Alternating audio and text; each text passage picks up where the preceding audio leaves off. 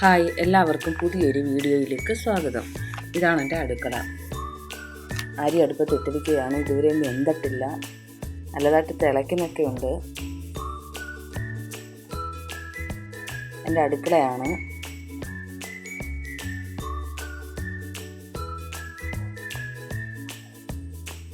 കുറച്ച് പാത്രമൊക്കെ കഴുകാനുണ്ടായിരുന്നു. രാവിലെ മോളെ സ്കൂളിൽ വിട്ട് തിരിച്ച് വീട്ടിൽ വന്നു.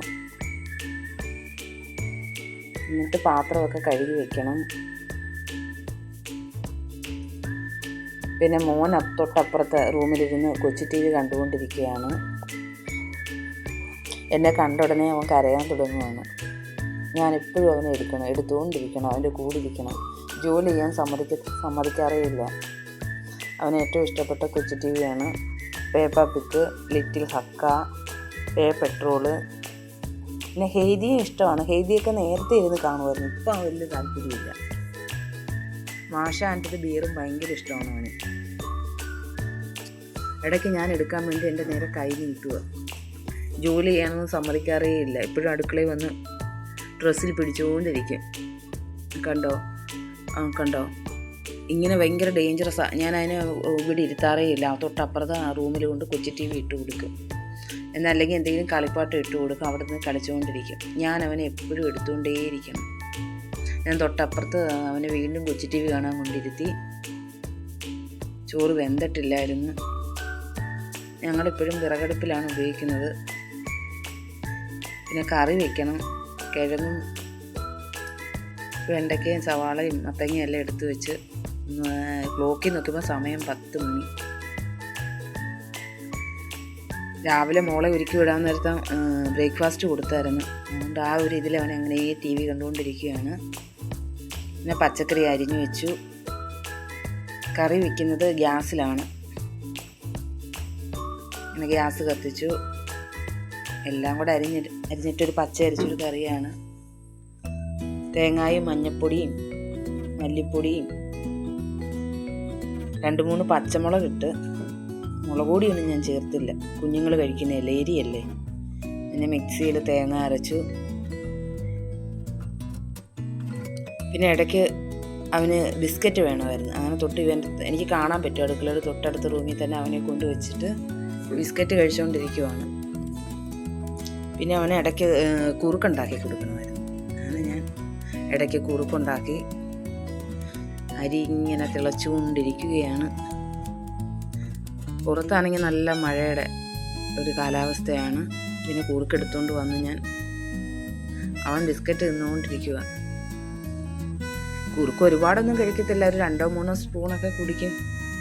ചില സമയത്ത് അങ്ങ് തോനെ കുടിക്കും. അല്ലെങ്കിൽ ഇങ്ങനെ വെച്ചുകൊണ്ടേയിരിക്കും. ഞാൻ എങ്ങനെയെങ്കിലുമൊക്കെ കൊടുക്കാൻ നോക്കും. അവന് തന്നെ കോരി കുടിക്കണം. അങ്ങനെ ഇങ്ങനെ കുറേ നേരം ഇങ്ങനെ ഇളക്കും. ചിലപ്പോൾ അങ്ങ് കുടിക്കും. തന്നെ ദേഹത്തൊക്കെ ആക്കും. എന്നാലും കുഴപ്പമില്ല. പിന്നെ ഞാനും കോരി കൊടുക്കാറുണ്ട്.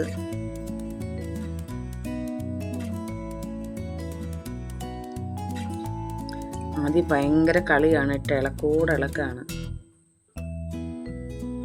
മഴ വരാൻ സാധ്യതയുണ്ടെന്ന് തോന്നുന്നു. അന്തരീക്ഷം ആകെ ഒരു വല്ലാത്തൊരു കാലാവസ്ഥയാണ്.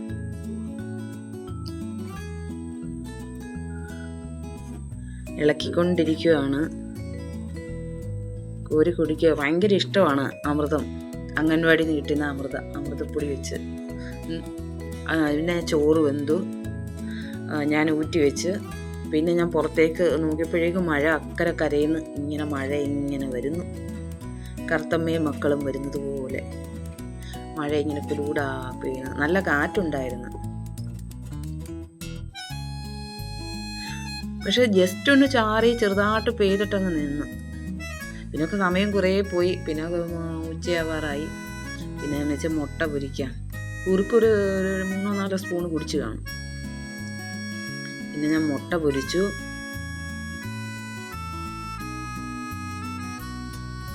പിന്നെ അവനിച്ചിരി ചോറ് കൊടുക്കാമെന്ന് വിചാരിച്ച് അങ്ങനെ ചോറ് എടുത്തുകൊണ്ടിരിക്കുകയാണ്.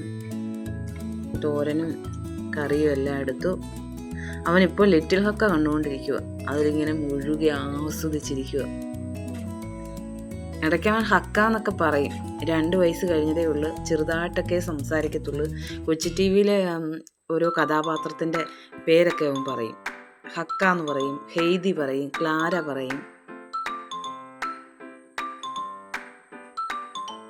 പിന്നെ അങ്ങനെ ഒരു 3 മണിയായി. ഞാനിനി പിന്നെ മോളെ സ്കൂളിൽ നിന്ന് വിളിക്കണം. അങ്ങനെ സ്കൂളിൽ നിന്ന് വിളിക്കാൻ വേണ്ടി മോനുമായിട്ട് പോവുകയാണ് ബസ് സ്റ്റോപ്പിലേക്ക്. കുറച്ച് കനാൽ റോഡിൻ്റെ സൈഡിൽ കൂടെ നടന്നു പോകണം ഈ കുഞ്ഞിനെ വിളിക്കണമെങ്കിൽ. നമ്മുടെ വീടിനടുത്ത് വരെ ബസ് വരത്തില്ല. അവൻ എന്തൊക്കെയോ പറയുകയാണ്, എനിക്കൊന്നും മനസ്സിലാവുന്നില്ല. ഇത് വീടിനടുത്തൂടെ പോകുമ്പോൾ ഉള്ളൊരു ടവറാണ്. ഈ ടവറിൽ എന്തൊക്കെയോ ബഹളം. അതിനകത്ത് മുകളിൽ 2 കുരങ്ങുണ്ടായിരുന്നു. അങ്ങനെ അതുകൊണ്ടാണ് ടവർ എടുത്തത്. ഞങ്ങൾ കുറച്ച് നേരം അത് നോക്കി നിന്ന്. അവന് വെള്ളം കണ്ടു കഴിഞ്ഞാൽ അപ്പോഴും അതിൽ ചവിട്ടണം. അങ്ങോട്ട് പോകണം. അവിടെ ഒരു തൊട്ടാവാടിയുണ്ട്. ആ തൊട്ടാവാടിയിൽ ചെടി അവൻ എന്നും നോക്കും. ഇങ്ങനെ തൊടുമ്പം തൊട്ടാവാടി ഇങ്ങനെ കൈ കൂപ്പുമല്ലോ, അത് അവന് കാണുന്നത് ഭയങ്കര ഇഷ്ടമാണ്. ബസ് സ്റ്റോപ്പിൽ വന്നു. മോളുടെ ബസ് ഇപ്പോൾ വരും. ഇതാണ് ഞങ്ങളുടെ ബസ് സ്റ്റോപ്പ്. ഇത് ബൈ റൂട്ടാണ്. മെയിൻ റോഡിൽ പോകണമെങ്കിൽ ആ റോഡിൽ താഴോട്ട് പോകണം. ഈ റോഡ് മേലോട്ട് പോയി ഈ റോഡ് മേലോട്ട് പോകുന്നത് ഒറ്റക്കൽ റെയിൽവേ സ്റ്റേഷൻ റോഡാണ്. അതുവഴി തെന്മലയിലേക്ക് പോകാം. അവരുടെ സ്കൂൾ ബസ് വന്നു. ഇതാണ് അവരുടെ സ്കൂൾ ബസ്. അവരുടെ ബസ് വേറൊരു ബസ്സായിരുന്നു. അത് എന്തോ കംപ്ലൈൻറ്റ് പറ്റി ശരിയാക്കാൻ കൊടുത്തിരിക്കുക. അതിന് പകരം ഇപ്പോൾ ഈ ബസ്സാണ് വരുന്നത്. അവൾ ഇറങ്ങി. നല്ല ബസ്സല്ലേ, ടൂറിസ്റ്റ് ബസ്സാണ്.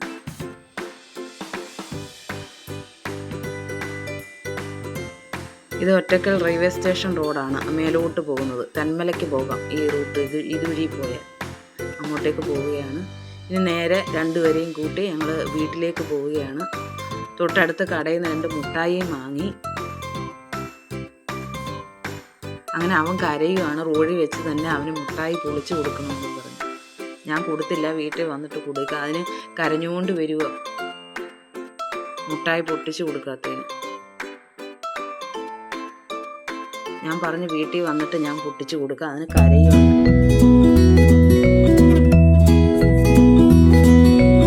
അങ്ങനെ ഞങ്ങൾ വീടെത്തി. മുട്ടായി പൊട്ടിച്ച് കൊടുക്കാം.